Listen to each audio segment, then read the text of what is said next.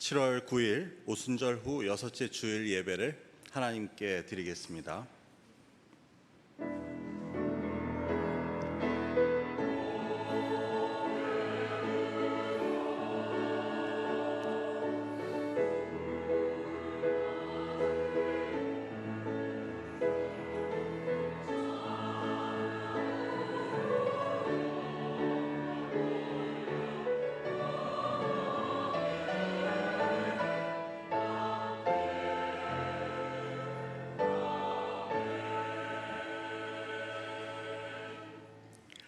아름답고 거룩한 것으로 여호와께 예배할지어다.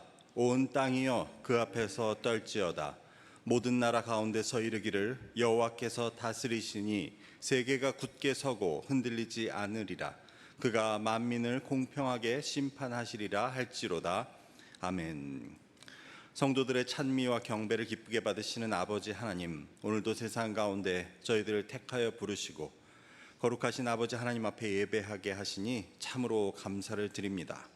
예배의 주인이 되시는 하나님, 우리의 마음을 열어주셔서 지존하신 주님의 이름을 영원토록 찬송하게 하시며 전심으로 주의 사랑과 구원의 은혜에 감사하게 하옵소서.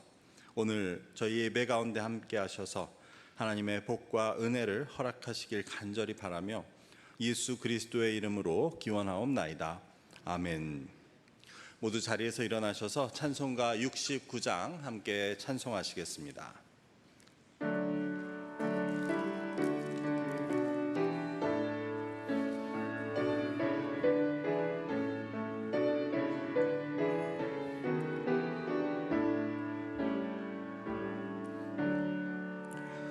온 천하 만물을 얼어 다 주를 찬양하여라. 할렐루야 할렐루야.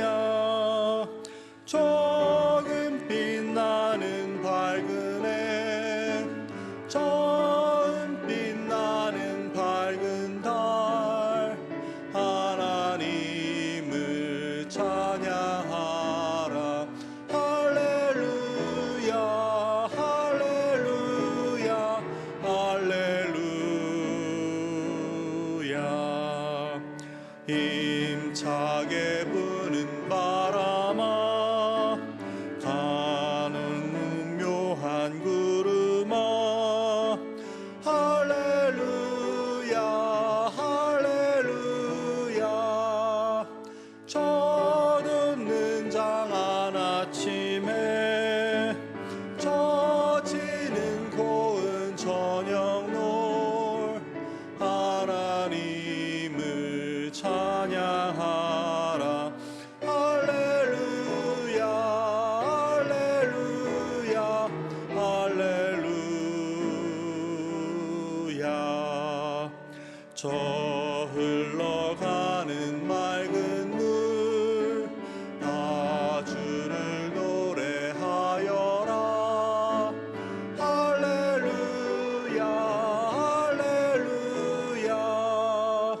저주와 많은 밝은 불, 그 빛과 열을 내어서 하나님을 찬양하라. 할렐루야 할렐루야 할렐루야. 저 귀한 땅은 날마다 한없는 복을 펼치어 할렐루야 할렐루야. 땅 위에 꽃과 열매들, 주 영광 나타내어서 할렐루임을 찬양하라. 할렐루야 할렐루야. 너 선한 마음 가진 자, 늘 용서하며 살아라. 할렐루야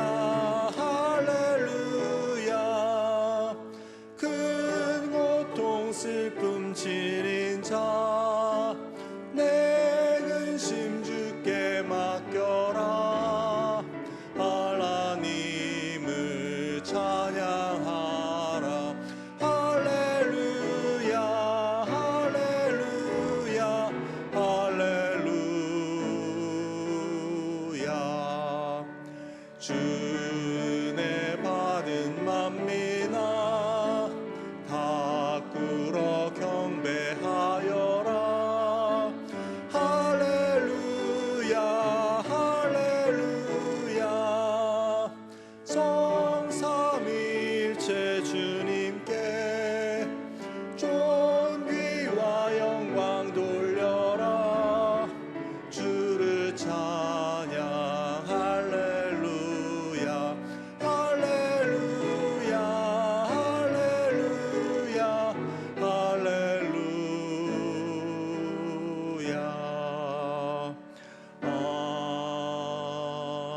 아멘. 이 시간은 지난 한 주의 우리의 죄를 하나님 앞에 고백하고 회개하는 기도를 드리겠습니다.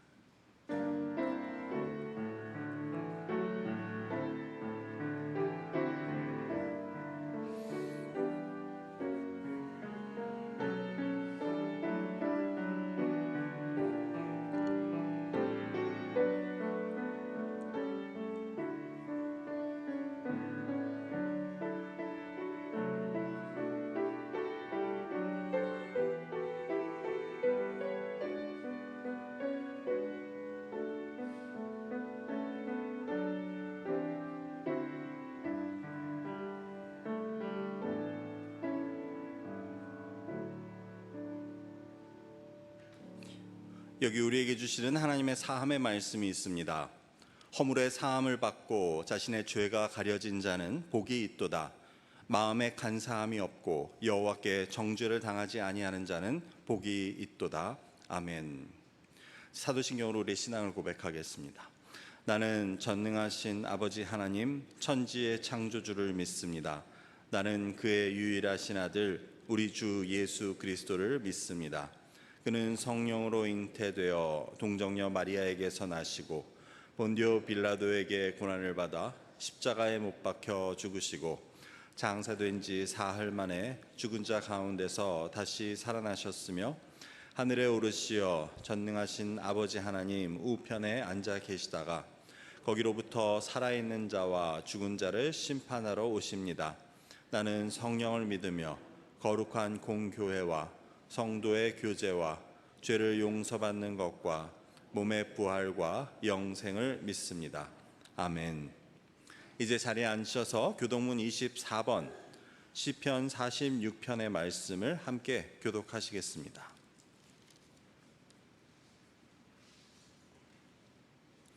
하나님은 우리의 피난처시요 힘이시니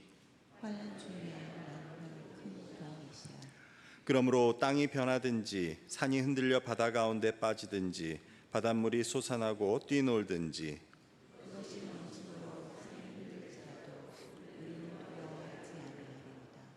한 시내가 있어 나뉘어 흘러 하나님의 성 곧 지존하신 이의 성소를 기쁘게 하도다.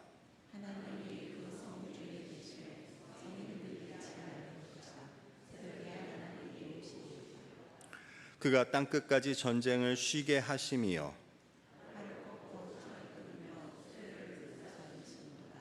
이르시기를 너희는 가만히 있어 내가 하나님 됨을 알지어다.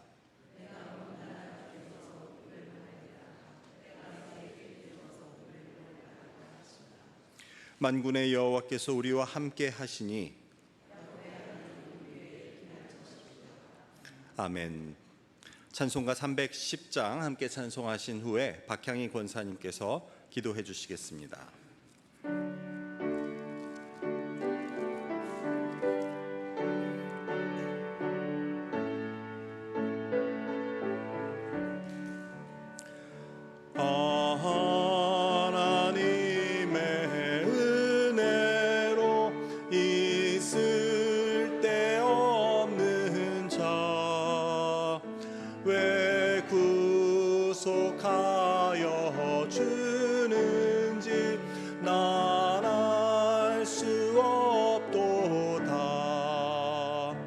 내가 믿고 또 의지함은 내 모든 형편하시는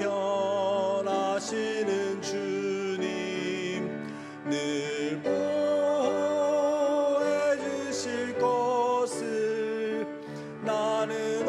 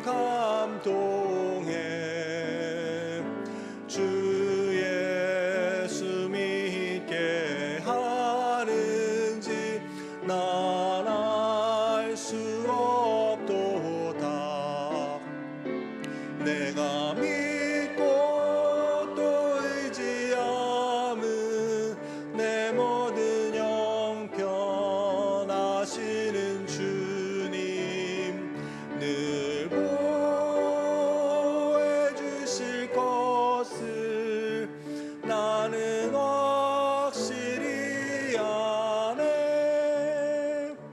주 언제 강림하실지 혹 밤에 혹 낮에 또 주님 만날 그곳도 난 알 수 없도다.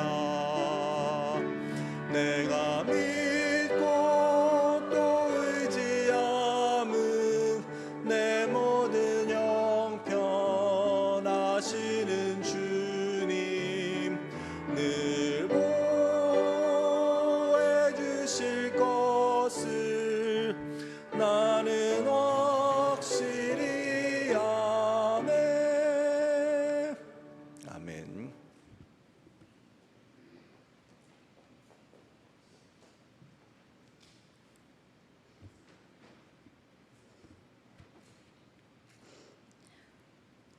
우리의 반석이시며 모든 지각에 뛰어나신 우리의 구원 되신 하나님 아버지, 오늘도 아버지의 자녀들을 각처에서 이 자리에 불러 모아 주시어 아버지께 예배하게 하시며 세상에서의 우리고 지치고 볶는 몸과 마음을 주님 안에서 위로와 힘을 얻게 하시니 참으로 감사합니다. 자비로우신 하나님 아버지, 저희들이 하나님 아버지 앞에 설 때마다 늘 우리의 부끄러운 모습을 숨길 수가 없음을 고백합니다. 이 시간 먼저 우리의 죄와 부족함을 자백하오니 예수 그리스도의 보혈의 공로로 저희들을 용서하여 주옵시며, 예배드리는 이 시간 저희들로 하여금 아버지의 긍휼과 자비를 체험하게 하옵소서. 저희들만이 사랑받기를 구하기보다는 저희들이 받은 사랑을 이웃들에게 나누며 베푸는 자가 되게 하시며, 저희가 받아야 할 용서만을 구하기보다는 이웃을 용서하는 심령이 되게 하여 주옵소서. 비합리함과 비이성이 만연한 이 시대에 부디 저희들을 하나님의 말씀으로 무장하게 하셔서 세상과 타협하지 않도록 지켜주시고, 오히려 세상 가운데 빛과 소금의 역할을 능히 감당하는 능력 있는 그리스도인들이 되도록 성령님께서 함께하여 주시옵소서. 그리하여 한 영혼을 내 영혼같이 소중히 여기며 한 마리 잃은 양을 불쌍히 여기신 예수님의 귀한 제자들이 되게 하소서. 주님의 보혈 위에 세워진 주님의 라이프크리 교회를 위해서 기도합니다. 주님의 뜻과 섭리가 계셔서 주님의 교회를 세워주시고 온 성도와 주의 종으로 더불어 교회를 섬기게 하시고 또한 헌신하게 하시니 감사합니다. 저희 교회를 통하여 이웃의 전도 사역과 선교와 구제가 중단되지 않도록 인도하여 주시옵소서. 뜨거운 성령이 늘 강하게 역사하는 교회가 되게 하시고 저희들의 부르짖는 기도가 응답받는 축복의 현장이 되게 하옵시며, 무엇보다도 주님의 도우심으로 날로 성령이 충만하여 넘치는 교회가 되게 하시어 영혼 구원의 사명 또한 잘 감당할 수 있는 교회가 되게 하여 주시옵소서. 이를 위해서 먼저 저희 교회 공동체 내의 성도님들 간에 주님께서 주신 사랑으로 서로를 감싸주며 이해하며 존중하여 온 공동체 구성원이 한 마음 한 뜻이 되어 주님 보시기에 아름다운 교회가 되게 하여 주시기를 간절히 기도합니다. 단위에 세우신 문성호 담임 목사님을 통하여 우리를 말씀으로 무장시키시게 하시고 성령의 능력을 더딥혀 주셔서 이 예배를 마치고 세상으로 나아가 살 때에는 진정 그리스도의 증인의 역할을 넉넉히 감당하여 아버지께 기쁨과 영광을 돌릴 수 있도록 도와주옵소서. 오늘도 이 시간 저희들 감히 주님께 여러 가지 기도 제목들을 들고 나왔습니다. 가정의 문제, 자녀들의 문제, 직장이나 사업체의 문제, 개인의 건강의 문제 등등 부디 저희들의 기도가 저희들의 뜻과 바램과 간절함이 아닌 오로지 주님의 뜻에 합당한 기도의 응답을 받기를 원합니다. 오늘 예배를 위하여 진정한 마음과 믿음으로 준비한 성가대의 찬양을 흠양하여 주시고 본 찬양에 온 성도가 함께 주님의 은혜를 경험하는 소중한 예배의 시간이 되기를 간구하오며 이 모든 말씀 우리를 죄에서 구속하여 주신 우리 주 예수 그리스도 이름 받들어 감사하며 기도드렸습니다. 아멘.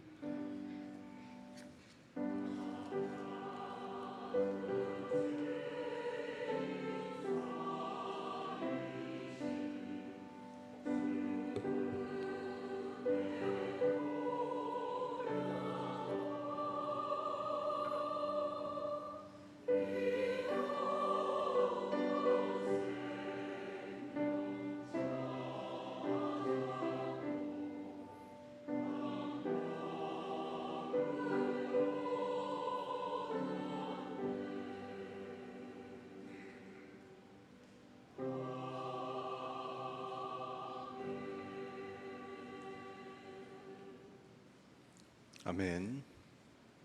오늘 하나님께서 우리에게 주시는 말씀은 시편 121편 1절부터 8절까지의 말씀입니다. 시편 121편 1절부터 8절까지의 말씀을 제가 봉독하겠습니다. 내가 산을 향하여 눈을 들리라. 나의 도움이 어디서 올까? 나의 도움은 천지를 지으신 여호와에게서로다. 여호와께서 너를 실족하지 아니하게 하시며 너를 지키시는 이가 졸지 아니하시리로다. 이스라엘을 지키시는 이는 졸지도 아니하시고 주무시지도 아니하시리로다. 여호와는 너를 지키시는 이시라. 여호와께서 네 오른쪽에서 네 그늘이 되시나니 낮에 해가 너를 상하게 하지 아니하며 밤의 달도 너를 해치지 아니하리로다. 여호와께서 너를 지켜 모든 환난을 면하게 하시며 또 네 영혼을 지키시리로다. 여호와께서 너의 출입을 지금부터 영원까지 지키시리로다. 아멘. 이제 성가대가 나오셔서 하나님께 찬양을 올려드리시겠습니다.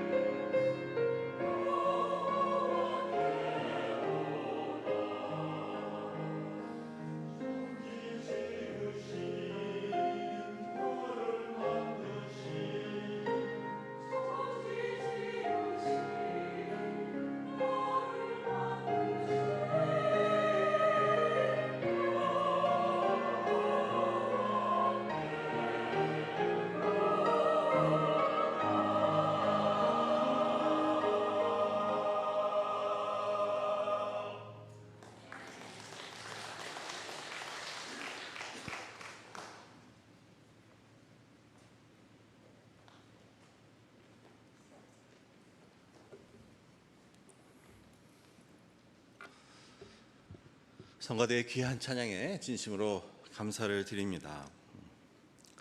지난 한 주간도 평안하셨습니까? 네. 오늘도 주의 전을 찾으신 여러분들께 하나님의 귀한 은혜가 또 가득히 또 충만히 함께 하시기를 주의 이름으로 축원합니다. 오늘 말씀의 제목은 믿는다는 것입니다. 믿는다는 것은 무엇을 뜻합니까? 사실 우리 기독교인들은 다른 말로는 믿는 사람들로 불립니다. 그만큼 이 믿는다는 것이 중요하다고 할 수 있습니다. 특별히 복음의 내용이 우리가 믿음으로 구원을 얻는다고 하는 것도 상관이 있을 것입니다. 뿐만 아니라 예수님께서도 병고침을 받으러 온 사람에게 이렇게 말씀하십니다. 능치 못함이 어디 있겠냐? 믿는 자에게는 무슨 일이든 할 수 있느니라. 그만큼 우리에게 있어서는 이 믿음이 중요합니다. 어떻게 보면 믿음은 지극히 단순한 것이라고 할 수 있습니다. 즉, 믿는 것은 이해하는 것과는 다르고 또 아는 것과도 다릅니다. 그래서 어쩌면 말 그대로 무작정 믿는 것이 중요하다고 그렇게 하실 분들도 계시겠습니다. 믿음이 아는 것이나 이해하는 것과는 다르기 때문에 믿음은 어느 누구나 가질 수 있습니다. 나이가 어느 정도 되어야 믿음을 가질 수 있는 것도 아니고 또 배우지 못했다고 믿음을 갖지 못하는 것은 아닙니다. 도리어 어린아이의 믿음이 오래 믿은 어른의 믿음보다 더 좋을 수도 있고 중학교 교육만 받은 사람의 믿음이 많이 배운 사람의 믿음보다도 좋을 수 있습니다. 그래서 이런 점이 또 믿음의 묘미라고 할 수 있습니다. 하지만 그렇다고 성경이 가르치는 믿음이 무작정 믿는 것, 이를테면 묻지마 믿음이라고 할 수는 없을 것입니다. 사실 이 믿음의 세계는 우리가 헤아릴 수 없이 광대하고 또한 믿는다는 것은 아주 다양한 측면을 포함하고 있습니다. 그래서 우리는 이 믿음에 대해서 말씀을 나눈다고 해도 무엇을 믿는다는 것인지 아니면 어떻게 믿어야 하는지에 대해 다양하게 말씀을 나눌 수 있습니다. 그 가운데 오늘은 믿는다는 것은 무엇을 뜻하는지에 대해 하나님의 말씀을 함께 나누고자 합니다. 오늘 우리가 읽은 시편 121편의 본문은 믿는다는 것에 대해 무엇을 가르쳐 줍니까? 그 첫 번째로 믿는다는 것은 기다리는 것이고 두 번째로 믿는다는 것은 사랑하는 것이라는 말씀, 이 두 가지를 오늘 함께 나누고자 합니다. 첫 번째로 믿음은 기다리는 것입니다. 오늘 본문 1절과 2절을 보면 시편 기자는 이렇게 말합니다. 내가 산을 향하여 눈을 들리라. 나의 도움이 어디서 올까? 나의 도움은 천지를 지으신 여호와에게서로다. 여러분에게는 이 말이 어떻게 들리십니까? 저는 이 시편 기자의 말을 이해해 보기 위해서 나가서 한번 산을 쳐다봤습니다. 위스콘신에서는 산을 찾기가 힘들지만 그래도 나가서 멀리서 가장 높이 보이는 지대를 한번 바라보았습니다. 그리고 생각해 봤습니다. 나의 도움이 어디서 올까? 나의 도움은 하나님에게서로다. 그러자 제가 느낄 수 있었던 것은 바로 이 시편 기자의 한숨이었습니다. 말하자면 막막해서 멀리 있는 산을 바라보고 있는 그런 심정이 느껴졌습니다. 제가 묵상한 이 시편 기자의 상태는 비록 자신이 도움이 이 천지를 지으신 여호와에게서 온다고 고백하고 있었지만 이 사람의 상태는 아직 도움을 받지 못한 상황입니다. 하나님의 도움을 받아서 문제가 다 해결되고 그래서 감사해서 산을 바라보며 기쁜 마음으로 이렇게 고백하고 있는 것이 아닙니다. 아직 도움을 받지 못했습니다. 아직 도움이 필요합니다. 문제는 여전히 내 앞에 있습니다. 그런 상황에서 이 시편 기자는 막막한 마음에 산을 바라봅니다. 그리고 이렇게 작은 소리로 기도합니다. 나의 도움은 천지를 지으신 하나님에게서로다. 그렇게 볼 때 뒤에 나오는 이야기들도 다 마찬가지입니다. 하나님은 실족하게 하지 않으시고 졸지도 주무시지도 않으시고 모든 환난을 면하게 해주시고 내 영혼을 지켜주신다. 이 모든 것은 하나님의 도움을 구하는 간구의 목소리입니다. 그것은 아직 일어나지 않았지만 그것이 반드시 일어날 것을 믿고 하나님께 드리는 그의 기도입니다. 이를 뒷받침해 주는 것은 흥미롭게도 잘 보면 이 시편이 중간에 그 인칭이 바뀌고 있다는 것을 우리는 알게 됩니다. 즉 1절과 2절에서는 1인칭으로 나라는 말을 쓰고 있습니다. 내가 산을 향하여 눈을 들리라. 나의 도움이 어디서 올까? 하지만 3절부터 마지막까지는 그 주체가 하나님으로 바뀌고 그 대상은 2인칭인 너가 됩니다. 여호와는 너를 실족하지 않게 하시고 너를 지키시는 자가 졸지 않으신다. 여호와는 너를 지키시는 분이시다. 그래서 주석가들은 이 시편이 이것이 성전에 올라가는 노래라는 그룹에 속해 있다는 점을 볼 때 이 시편은 순례자들과 제사장 사이에 주고받는 노래였다고 해석하기도 합니다. 하지만 여기서의 너는 시편 기자가 시편 기자 자신에게 하고 있는 말로 보는 것이 더 맞다고 하겠습니다. 그래서 자신이 스스로에게 하나님은 너를 지키시는 분이라고 말하고 있는 것입니다. 우리는 시편에서 이런 경우들을 보게 되는데 다른 곳에서는 내 영혼아 라는 말을 사용해서 자기 자신에게 말하는 것을 보게 됩니다. 예를 들어 시편 103편 2절과 3절을 제가 한번 읽어보겠습니다. 내 영혼아 여호와를 송축하며 그의 모든 은택을 잊지 말지어다. 그가 네 모든 죄악을 사하시며 네 모든 병을 고치시며. 여기서 시편 기자는 자기 스스로에게 내 영혼아 여호와를 송축하라 라고 말합니다. 그리고 바로 이어서 그가 너의 모든 죄악을 사하시고 또한 내 모든 병을 고치신다고 하며 자기 자신을 너라고 부르는 것을 보게 됩니다. 이런 식으로 오늘 시편 121편의 기자는 자기 자신을 가르치고 있습니다. 혹은 납득시킵니다. 혹은 확신을 심어주고 있습니다. 여호와는 너를 지키시는 분이셔. 너를 지켜 모든 환난에서 면하게 하시고 내 영혼을 지켜주실 거야 라고 스스로에게 말합니다. 그래서 이것은 앞서 말씀드렸듯이 아직 도움을 받지 못해 문제는 여전히 있고 막막하고 답답한 마음에 산을 바라보며 작은 소리로 하고 있는 이 시편 기자의 기도의 목소리였습니다. 하나님은 너를 넘어지게 안 하실 거야.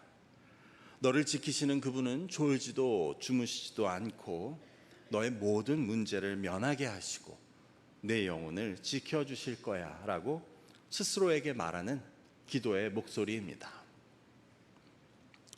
이 말씀을 듣고 아니 스스로에게 하는 말이 어떻게 기도가 되냐고 생각하는 분들도 계실지 모르겠습니다. 하나님이 너를 도와주실 거야. 하나님이 너를 지키실 거야 라고 하는 것은 자기 최면이 아니냐고, 그것이 어떻게 기도가 될 수 있냐고 물을 수 있습니다.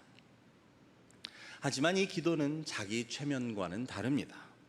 자기 최면은 너는 할 수 있어, 모든 게 다 잘 될 거야 라고 하며 스스로에 대한 자신감이나 확신을 주기 위한 것이라고 한다면, 이 시편 기자의 기도는 스스로에게 자기 자신이 아닌 하나님에 대한 믿음과 확신을 주기 위한 것이기 때문입니다.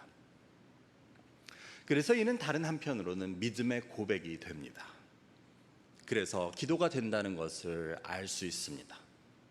스스로에게 하는 말 같지만 이는 스스로에게 하는 말임과 동시에 하나님께서 들으시는 믿음의 고백이자 기도였습니다. 결국 이 시편에 나오는 기도는 그가 여전히 하나님의 도우심을 기다리고 있음을 보여줍니다. 반면에 아직 일어나지 않은 일에 대한 그의 확신을 보여줍니다. 그래서 아직 일어나지 않은 일, 아직 눈에 보이지 않는 하나님의 도우심, 아직 앞으로 일어날 일에 대한 기대, 그것을 가지고 이처럼 믿음의 고백을 하고 있는 이 시편의 말씀은 믿는다는 것은 기다리는 것이라는 것을 보여줍니다.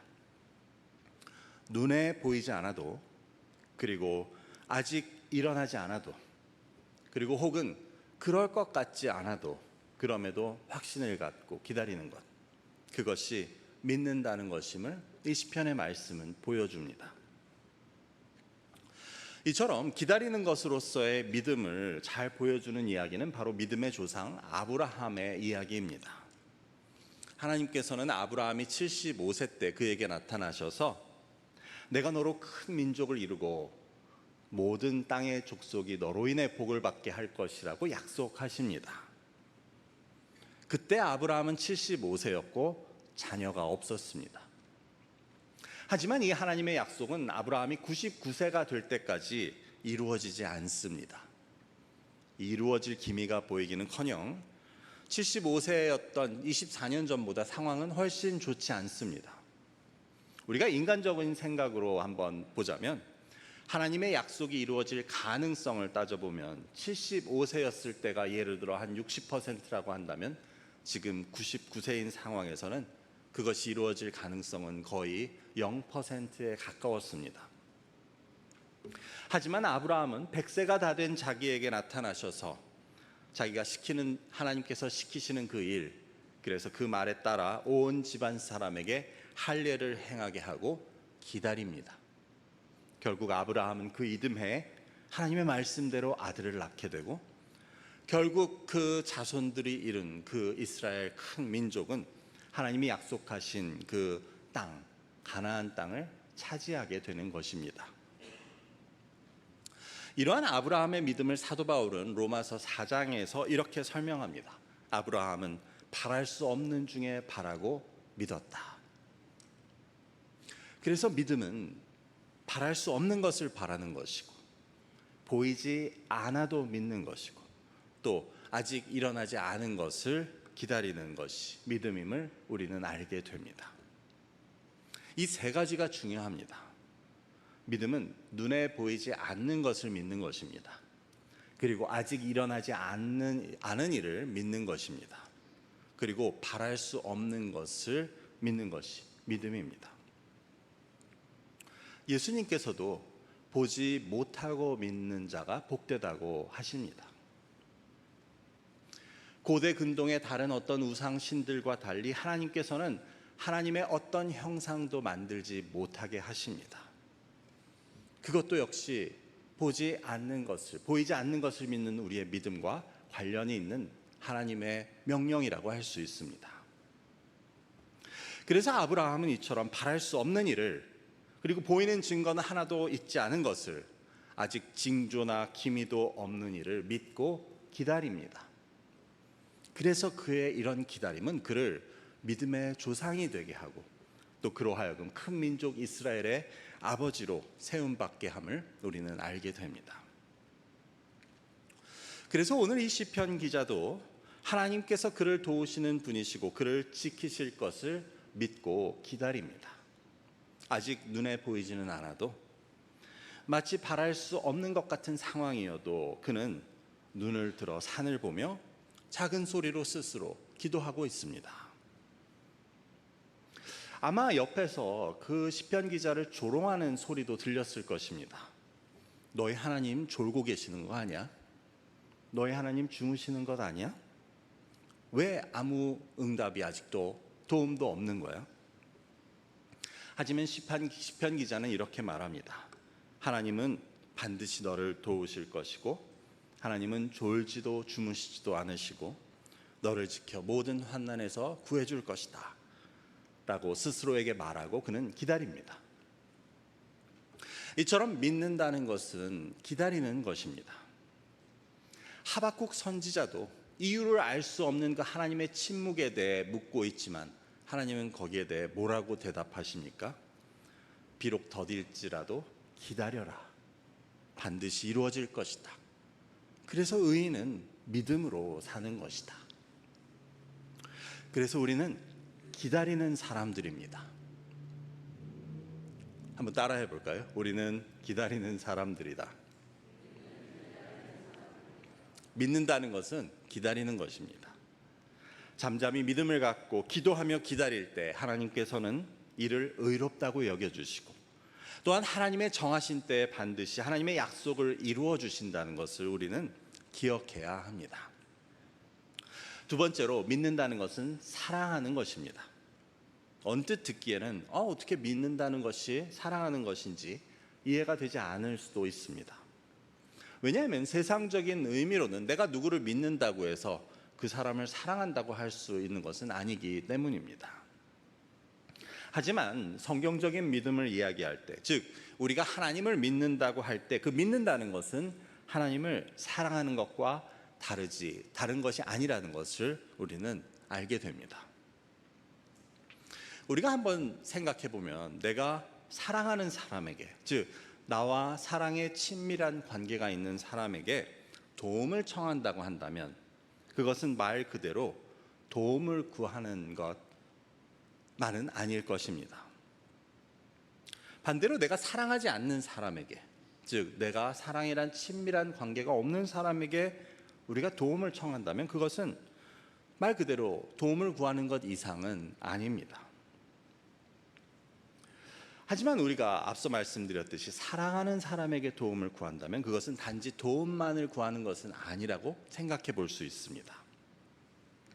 직접 한번 우리 상상을 해보시기 바랍니다. 내가 사랑하는 사람에게 도움을 구할 때 우리는 정말 그 도움만 필요한 것입니까? 아니면 동시에 사랑을 구하는 것입니까?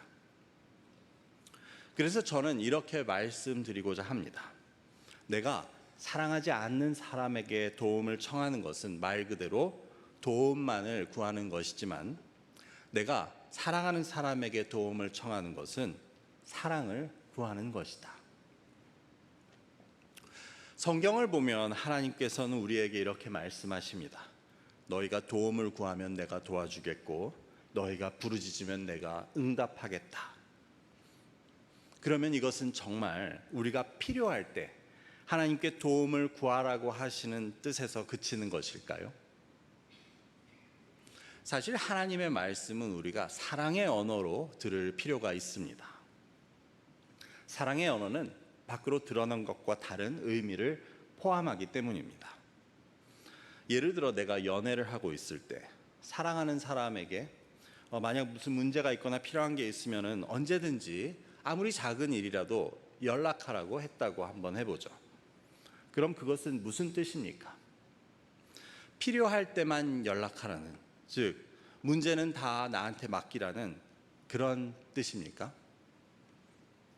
그것보다는 언제든지 연락하면 또 보고 싶다는 그러한 뜻이 아닐까요? 언제든지 연락하라는 것은 내가 언제든지 달려가겠다는 그런 뜻이 아닙니까? 그런데 이 말을 사랑의 언어가 아닌 일반 언어로 듣는다면, 그래서 필요한 것이 없다고 전혀 연락하지 않는다면 어떻게 되겠습니까? 여러분, 더 와닿으시는 사랑의 언어의 예를 들어볼까요? 한 연인이 데이트를 하고 있는데 여자가 말합니다. 자기야 나 너무 추워. 그때 남자가 거기에 대해서 뭐라고 합니까? 아유 그러게 따뜻하게 입고 오지. 그러면 이 여인의 사랑의 언어를 남자는 어떻게 들은 것입니까? 일반 언어로 들은 것입니다. 그 사랑의 언어를 이해했다면 이리 와 내가 안아줄게 하고 그렇게 따뜻하게 대할 것 아닙니까? 그래서 사랑의 언어와 일반 언어는 다른데 하나님께서 우리에게 하시는 말씀은 모두 사랑의 언어라고 할 수 있습니다. 하나님께서 우리에게 필요할 때 구하라고, 어려울 때 부르짖으라고 하는 것은 단지 하나님을 해결사와 같이 생각하라는 말씀은 아닐 것입니다. 그것은 하나님의 사랑의 언어입니다. 그래서 우리가 작은 일에도 하나님을 찾고 하나님께 구하고 하나님께 기도하는 것을 하나님께서는 바라십니다. 그런데 그런 하나님의 사랑의 언어를 우리가 일반 언어로 받아들여서 문제가 없고 필요가 없을 때에는 하나님을 찾지 않고 하나님께 구하지 않는다면, 필요할 때만 하나님을 찾는다면 그것은 우리가 하나님의 말씀을 이해하지 못하고 그 마음을 알지 못하는 답답하고 어리석은 일이 될 수밖에 없습니다. 그래서 우리는 이 성경에 나오는 하나님의 언어를 모두 사랑의 언어로 이해하는 것이 필요합니다. 이 성경에 나오는 말씀이 사랑의 언어임을 깨닫지 못하는 사람들은 구약의 하나님과 신약의 하나님은 다르다는 말을 하기도 합니다. 신약의 하나님은 사랑과 용서의 하나님인데 반해 구약의 하나님은 정의와 심판에 더 가깝다고, 그래서 엄하고 두려우신 하나님이라고 이해하는 것입니다. 우리가 이 하나님의 사랑의 언어를 이해하지 못하면 하나님의 말씀은 때로는 협박같이 들릴 수도 있습니다. 내 말에 순종하지 않으면 내가 저주와 재앙을 내릴 것이고 심판과 멸망을 너희가 피하지 못할 것이라는 말씀, 우리가 거부감이 생기게 되고 또 하나님이 마냥 멀게 그리고 두렵게 느껴지게 될 수 있다는 것입니다. 물론 이런 두려운 말씀도 우리가 들을 줄 알고 또 하나님은 두려운 분이심을 깨닫는 것도 필요하지만 우리가 이 모든 것이 사랑의 언어임을 깨닫게 될 때 우리의 이해는 달라질 수 있습니다. 이것이 모두 사랑의 언어임을 알게 되면 이 모든 말씀이 그 어느 하나도 우리를 사랑하지 않으셔서 하신 말씀이 없다는 것을 알게 되고, 즉 하나님의 모든 말씀은 우리를 사랑하셔서 하는 말씀임을 우리는 알게 됩니다. 그렇게 볼 때 하나님이 너의 도움이시고 나의 구원이시라는 말을 듣고, 그래서 내가 필요할 때만, 문제가 있을 때만 그 하나님을 찾는다면 그것은 믿음이라고 할 수 없습니다. 하나님의 사랑의 언어를 이해해서 나도 사랑하는 마음으로 하나님께 구하고 부르짖는 것, 그것이 바로 바른 믿음, 하나님께서 원하시는 믿음입니다. 그래서 하나님께서 우리에게 찾으시는 믿음은 사랑 없는 요구나 용건만 있는 기도가 아닙니다. 대신 우리를 사랑하셔서 우리가 하나님을 찾고 하나님을 부르기를 원하시는 것입니다. 그렇기 때문에 믿는다는 것은 사랑하는 것입니다.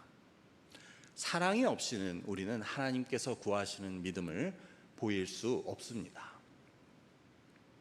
알렉 모티얼이라는 신학자는 이렇게 말합니다. 시편은 우리보다 하나님에 대해서는 더 잘 모르지만 우리보다는 하나님을 훨씬 더 사랑하는 사람들에 의해서 쓰여졌다. 이처럼 시편 기자들의 찬양과 기도는 앞서 말씀드린 대로 단지 간구나 감사만을 담고 있는 것은 아닙니다. 대신 그 바탕에 하나님에 대한 사랑이 담겨져 있습니다. 그래서 그들의 기도가 귀한 것이고, 그래서 그들의 찬양이 아름다운 것입니다. 그래서 그들이 믿는다는 것은 곧 사랑하는 것을 뜻하는 것이었습니다. 그렇게 볼 때 우리는 오늘 이 본문을 쓴 시편 기자를 통해서도 그의 사랑의 마음을 엿보게 됩니다. 그는 하나님을 갈망하며 산을 바라보고 있었습니다. 그는 그저 도움만이 필요했던 것이 아니었습니다. 대신 그는 하나님의 사랑을 확인하고자 합니다. 그래서 하나님이 지금 나를 잊고 있는 것이 아니라는 것을, 하나님은 지금도 나를 사랑하시고 지키신다는 것을 스스로에게 말하고 있습니다. 그렇기 때문에 그것은 하나님께서 기뻐하시고 바라시는 기도였고 믿음의 모습이었습니다. 사랑의 모습이었습니다. 그리고 하나님께서는 오늘 우리에게도 그러한 믿음의 모습, 사랑의 모습을 바라십니다. 우리가 하나님의 이 사랑의 언어에 무감각한 채로 필요할 때만 하나님을 찾고, 그래서 하나님께 드리는 예배와 감사드림도 그저 형식적인 일상이 된다면 하나님께서는 가슴 아파하실 것입니다. 하나님은 우리를 사랑하십니다. 그리고 우리의 사랑도 바라십니다.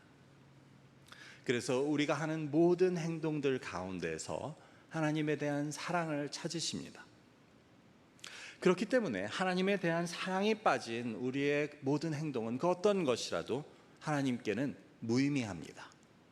우리의 기도도, 우리의 믿음도, 우리의 헌금도, 우리의 열심도, 우리의 인내도 그 안에 하나님에 대한 사랑이 없다면 아무 소용이 없습니다.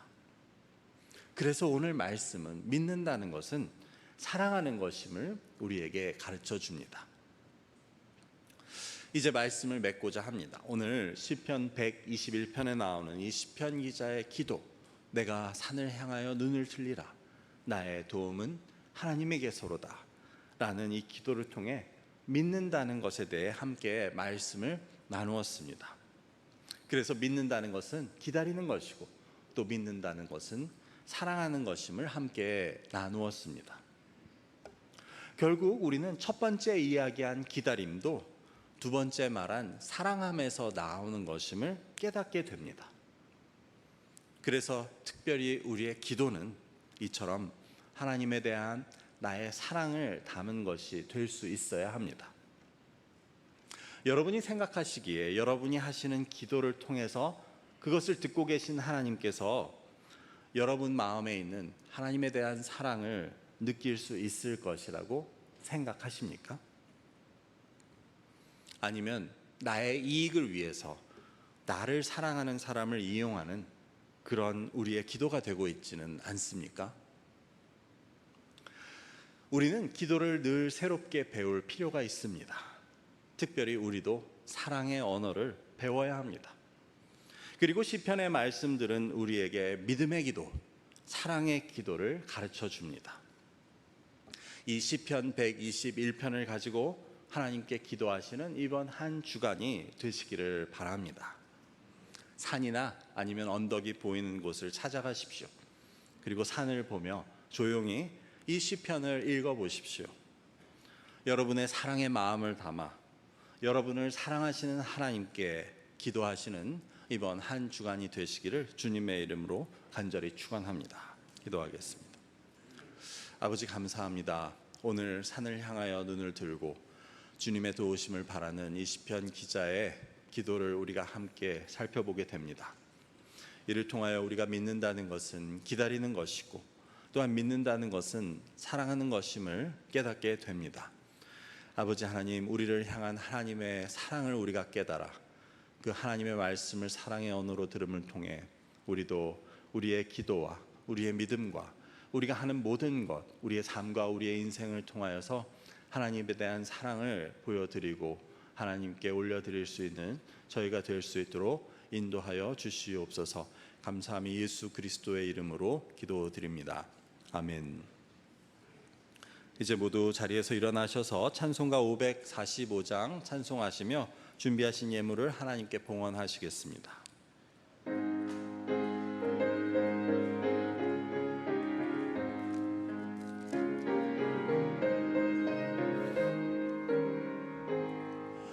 이 눈에 아무 증거 아니 베어도 믿음만을 가지고 선을 걸으며 이 귀에 아무 소리 아니 들려도 하나님의 약속 위에 서리라.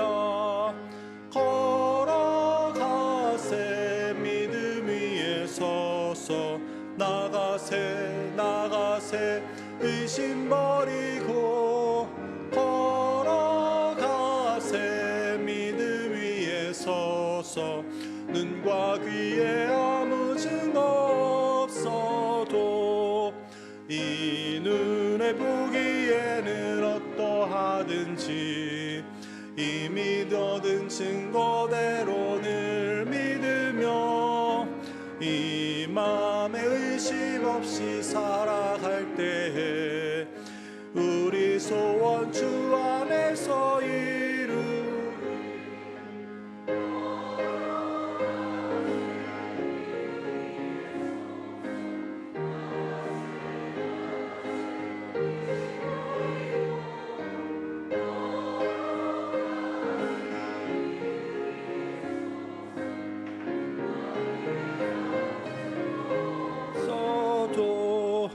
주님의 거룩함을 두고 맹세한 주 하나님 아버지는 참 이쁘다.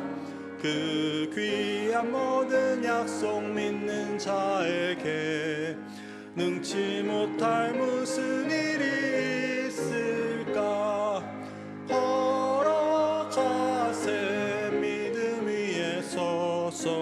나가세 나가세 의심 버리고 걸어가세 믿음 위에 서서 눈과 귀에 아무 증 없어도. 아멘. 아버지 감사합니다. 우리를 사랑하셔서 우리에게 하나님의 사랑의 말씀을 허락하시고 또한 이를 통해 귀한 약속과 또한 언약을 주님 우리에게 미래와 소망을 허락하심을 감사합니다. 감사의 마음을 담아 또한 우리의 사랑을 담아 이 시간 하나님께 예물을 드립니다. 이 예물이 하나님 기뻐 받으시는 것이 되게 하시고 이 예물이 쓰이는 곳에 하나님의 사랑이 널리 전하여져서 주께로 돌아오는 자가 날마다 더하게 은혜를 베풀어 주시옵소서. 또 믿음과 사랑으로 드린 손길들 하나님 기억하셔서 그들의 삶 가운데 늘 함께 하시는 은혜를 허락하시며 하나님께서 졸지도 않고 지키시도 않으시고 천지를 지으시고 우리를 만드신 하나님께서 나와 늘 함께 하신다는 그러한 증거를 또한 우리에게 허락하여 주시옵소서. 이 시간도 질병으로 인해 또 연로함으로 인해 여러 가지 문제로 인해 어렵고 힘든 시간을 보내고 있는 주님의 사랑하는 자녀들 긍휼히 여겨주시고 하나님 함께 하시며 주의 성령으로 치유와 회복을 허락하여 주시옵소서. 감사하며 예수 그리스도의 이름으로 기도드립니다. 아멘. 모두 자리에 앉으시고 교회 소식을 함께 나누겠습니다. 주일 친교 사인업에 대한 광고입니다. 2023-24년도에 주일 친교를 위한 사인업을 받도록 하겠습니다. 올 9월부터 내년 8월 사이에 중식 제공을 원하시는 분들은 안내 데스크에 비치된 용지에 사인업을 해 주시기를 바랍니다. 고 이순자 집사님의 환송 예배에 대한 안내입니다. 지난주에 광고를 드렸듯이 다음 주일 오후 4시에 이곳에서 고 이순자 집사님의 환송 예배를 우리가 드리도록 하겠습니다. 그레이스 크릭 교회 피크닉입니다. 오늘 오후에 영어권 그레이스 크릭 교회에서 야외 피크닉을 갖게 되는데 거기에 이제 YG 교사들과 학생들을 초청해 주셨습니다. 감사를 드립니다. 이번 주 중에 교회의 카페트 교체가 이루어질 예정입니다. 그래서 이 본당과 각 복도와 또 사무실에 오래돼서 이제 여름이 되면 이렇게 올라오고 뜨게 되는 카페트를 교체하게 됩니다. 문제 없이 또 잘 진행될 수 있도록 기도해 주시기 바랍니다. 강희창 목사님께서는 휴가 중이십니다. 한국에서 맡으신 일 잘 감당하시고 또한 편한 쉼이 있는 휴가 되실 수 있도록 기도 부탁드립니다. 교회 일정입니다. 7월 23일에 정기 재직회가 있고 20일 정기 공동의회, 27일 임직 및 임명식이 있습니다. 그래서 이상의 날들은 모두 합부 예배로 드리게 되겠습니다. 그리고 기록되어 있지 않지만 8월 13일 주일에는 한인회에서 주최하는 광복절 피크닉이 오후에 있음을 또 기억해 주시기 바랍니다. 다음 주에 다시 광고하도록 하겠습니다. 오늘 점심 식사는 오건석 소선주 성도님 가정에서 제공해 주셨습니다. 감사를 드립니다. 주보에 기록되어 있지 않지만 몇 가지 안내를 해드리면 제가 지금 차가 없이 다니고 있어서 주중에 혹시 교회 주차장에 차가 없더라도 저는 근무 시간에 근무를 하고 있으니 그렇게 생각해 주시면 되겠습니다. 네. 그래서 그리고 교회 문을 여는 게 필요하시면 저한테 전화해 주시면 제가 이제 열어드리겠습니다. 그리고 카펫 공사는 월요일 오전 8시부터 시작하게 됩니다.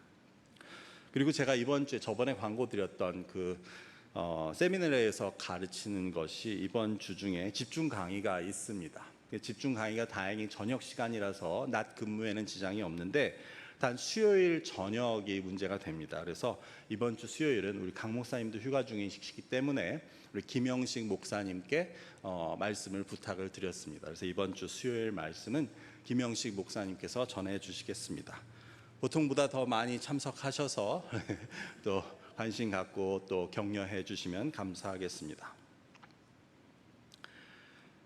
선교예배 교회 잔디 관리 일정 기억해 주시고 또 수고해 주시는 분들께 감사를 드립니다. 그리고 기도 요청 기억하여 주시고 특별히 질병으로 인해 어려운 가운데 있는 분들 위해서 기도해 주시면 감사하겠습니다. 이제 모두 자리에서 일어나셔서 주님 가르치신 기도로 찬양으로 드리신 후에 축도로 오늘의 예배를 마치겠습니다.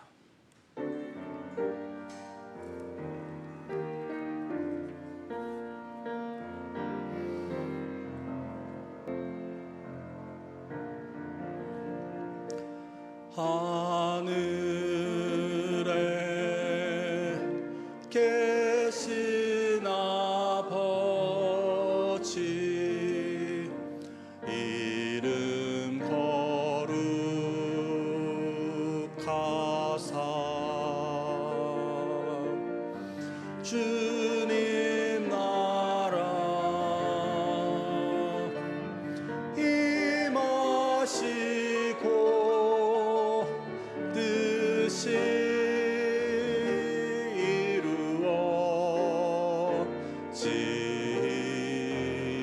이루어지이다. 일용할 양식 주시고 우리들의 큰 죄 다 용서하옵시고 또 시험에 들게 마시고 악에서 구원하소서. 대개 주의 나라 주의 권세 주의 영광 영원히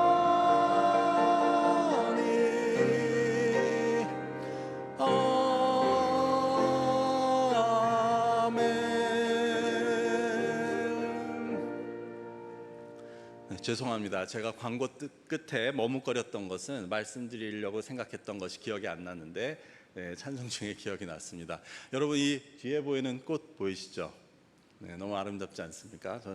제가 이 재단 장식 꽃 중에 본 꽃 중에 제일 멋진 것 같습니다. 늘 이렇게 아름다운 꽃 사랑을 담아 제공해 주시는 이문자 권사님께 진심으로 감사의 말씀을 드립니다. 함께 기도하시겠습니다. 박수. 네, 박수가 절로 나오네요. 네, 함께 기도하겠습니다.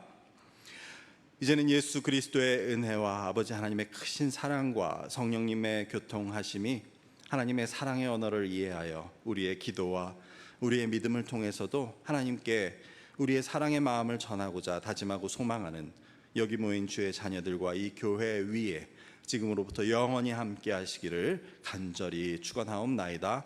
아멘.